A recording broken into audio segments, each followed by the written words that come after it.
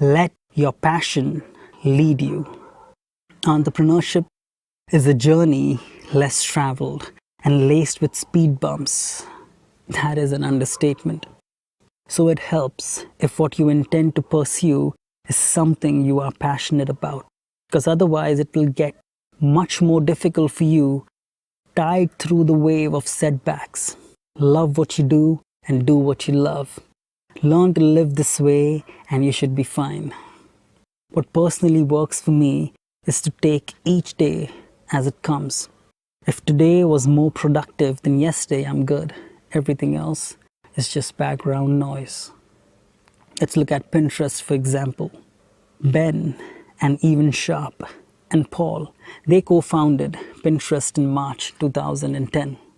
Ben was a childhood collector, collecting everything from stamps, books, insects, anything he could get his hands on. Collecting was his way of self-expression. So he joined hands with his childhood friend, Evan Sharp, who was also an avid collector, and they put their passion and technology to the mix. And sooner than later, Pinterest was born, a portal to share your passion and common interests with the world. Another awesome example is The Honest Company. Its founder is Jessica Alba. So you know her as a successful actress. Now it's time to get to know her as a very successful entrepreneur. As a child, she had to visit hospitals very frequently due to various sicknesses, and all she wished was to be a normal kid. So when she became a mother, she got an allergic reaction from one of the products she was using for her baby, and that was a very scary moment for her. She said, and I quote, "I'm bringing a baby to the world. What if she gets sick because of bad chemicals used in baby products?" Her why is greater than herself, above profits, and above making money. She started The Honest Company, making products which are 100% safe for babies. So with all being said, problems are the roots of all startups that you see, love, and experience. Problems equal opportunities, equal ideas. So rather than avoiding problems, it's about time you start embracing them. Don't deal with it, solve it. Imagination is key.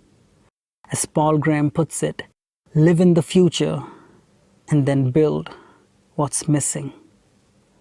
I built a crowdsourcing startup in 2013. The idea was already being implemented in London, which I had very well experienced while studying there for my MBA.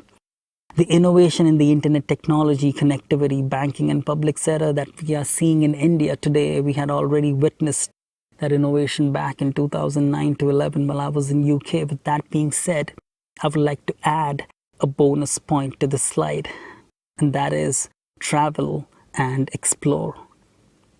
Explore the places in the world which have already pioneered innovation you are looking to bring about in your country or region. That way, you get a glimpse of the reality in action, which you are looking to bring about for yourself. It will also help you validate your assumptions to a degree which wouldn't have been possible staying in the same geography. And I'll leave you with these parting thoughts on coming up with your startup ideas. Number one, step out of your comfort zone. If you start to look beyond what you know, you would have a fresh perspective of things with zero to minimal preconceived notions, and you wouldn't hesitate to question the already established status quo. Remember, record labels did not create Spotify. And don't let nobody judge you. You are the master of your destiny, and there won't be anybody other than you that can 100% see your vision, bring it to reality, and then tell the haters, "I told you so." It's immensely gratifying. And I know that from experience. Only validation of your idea in the real world will help you determine for sure whether or not your idea is viable. That is exactly what you will learn in the coming sessions. Stay tuned and make sure you take notes and finish this course. Remember, Investors had turned down Airbnb, and look at where it is right now, $25.5 billion. So this goes to show you just how much the VCs in the market don't know. Let the market tell you what you need to know, as opposed to the VCs telling you what they think they know. Lastly, ideas, they are never born perfect. You would never know everything you need to know at the onset. Ideas mature and your understanding matures. The more you work towards testing and validating your idea in the real world, the more viable your idea becomes. There is no such thing as a perfect solution. Solutions mature over time with the ever-evolving marketing needs, with the ever-evolving market needs. Otherwise, there wouldn't be new versions of Android and iPhones being released in the market, right? You might change course several times while on your way to validating your assumptions, and that's completely fine. There is a term for that. It's called pivoting. In simpler terms, it's adjusting your idea to be more in tune with the market needs. Last but not the least, your vibe tracks your tribe. Go to local startup events, participate in online startup summits, network with like-minded people, hang out in groups you think you're most likely to find like-minded contemporaries. Learn the lingo and participate in the conversation, and start contributing in whatever little way possible. Best way to go about this journey would be to start documenting your journey. Start a YouTube channel, podcast, etc., and share your journey with the world to see. Your vibe will start attracting your tribe slowly. And you might even open some unexpected windows of opportunities. Maybe your co-founder is in the next Facebook group you are not yet a part of. So what are you waiting for?